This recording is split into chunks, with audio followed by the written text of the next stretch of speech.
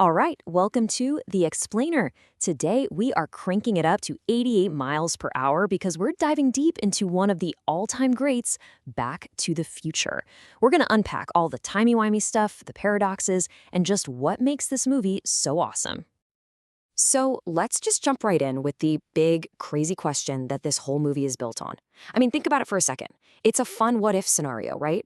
But for one teenager from Hill Valley, California, it becomes, well, terrifyingly real. Okay, so our story gets going back in 1985. We meet Marty McFly, who's pretty much your typical teenager. He loves his guitar, he's got big rock and roll dreams.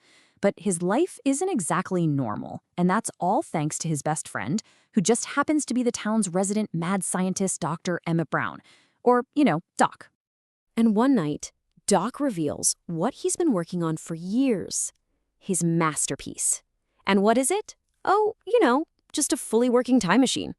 And he built it, with some serious style, into a DeLorean.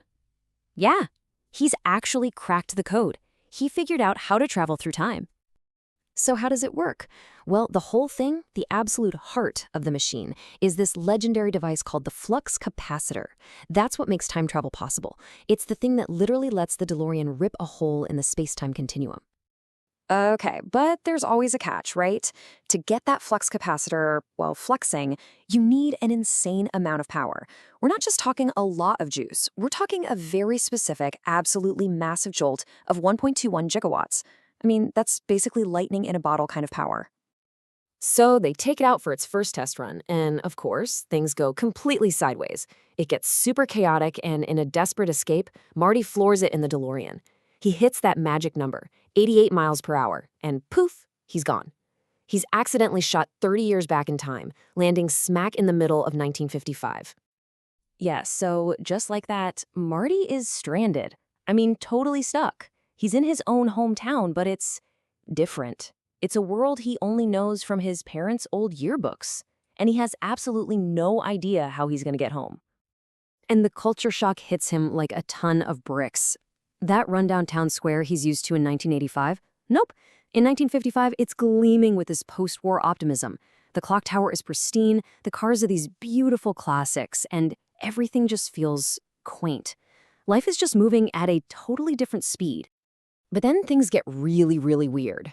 He bumps into the teenage versions of his own parents, and they are nothing like the people he knows. His dad, George McFly, is this super nerdy, timid kid who gets bullied all the time. And his mom, Lorraine, she's this vibrant, kind of flirty high schooler. It's completely surreal. Okay, and this right here is the turning point. The story goes from being this fun, time travel adventure to a desperate race for survival. Because just by being there, Marty has created a massive paradox, one that could literally wipe him from existence. So here's the problem. The day his parents were supposed to meet, his dad was supposed to get hit by his grandpa's car. It's their cute origin story. But Marty, trying to be a good guy, shoves his dad out of the way and gets hit instead. And now, his mom has a crush on him. Yikes. He's totally messed up the timeline. And how does he know this is a real problem? He's got this photograph of him and his brother and sister in his wallet. And as he's looking at it, they start to disappear, fading right out of the picture. They're being erased from history because if his parents don't get together, they'll never be born. The clock is seriously ticking. So Marty figures out he's got this insane to-do list. Step 1, find the younger 1955 version of Doc Brown and, convince him he's from the future. No big deal. Step 2, he has to become a matchmaker for his own parents. And step 3, he's got to somehow teach his super timid dad how to be confident and stand up for himself. It's a lot. Somehow, he manages to convince the younger, very skeptical Doc Brown that his story is true, and together they come up with this absolutely brilliant, but also completely insane, plan to get Marty home. They have one shot, and it all comes down to harnessing the only thing in nature that can produce 1.21 gigawatts, a bolt of lightning. And how do they know when lightning will strike? Well, Marty just happens to have this flyer from the future, this Save the Clock Tower flyer, that documents the exact moment lightning is going to hit. So the plan is to rig up this whole contraption, channel that power down into the DeLorean at the exact second that Marty is flying towards it at 88 miles per hour. There is zero room for error. And the whole thing has to go down on one specific night, the night of the Enchantment Under the Sea school dance. This is Marty's last chance to get his parents to fall in love. So while he's inside, trying to make sure his dad finally kisses his mom, Doc is outside, scrambling to get the experiment ready for the big storm. It's an absolutely thrilling race against time on two fronts. And man, it comes right down to the wire. After a bunch of heart-stopping problems, the car won't even start at one point. It all comes together. George finally stands up to the bully and gets the girl. Doc connects the cable just in time, and bam! The lightning hits, the DeLorean vanishes in a flash of light, and Marty is on his way back to the future. But here's the thing. The 1985 he returns to, it's not the one he left. He was just trying to fix his own mistake, just trying to save himself. But those small changes he made in the past created these huge ripple effects that completely changed his present. And the results are, well, they're amazing. That kind of down-on-their-luck McFly family he knew, they're gone. Instead, he comes home to find his parents are happy and in love.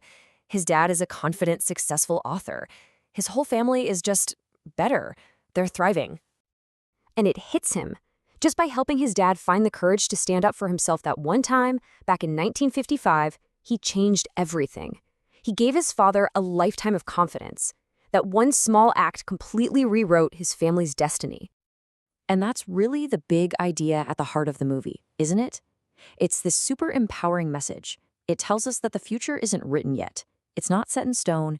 It's whatever we make it, based on the choices we make right here, right now.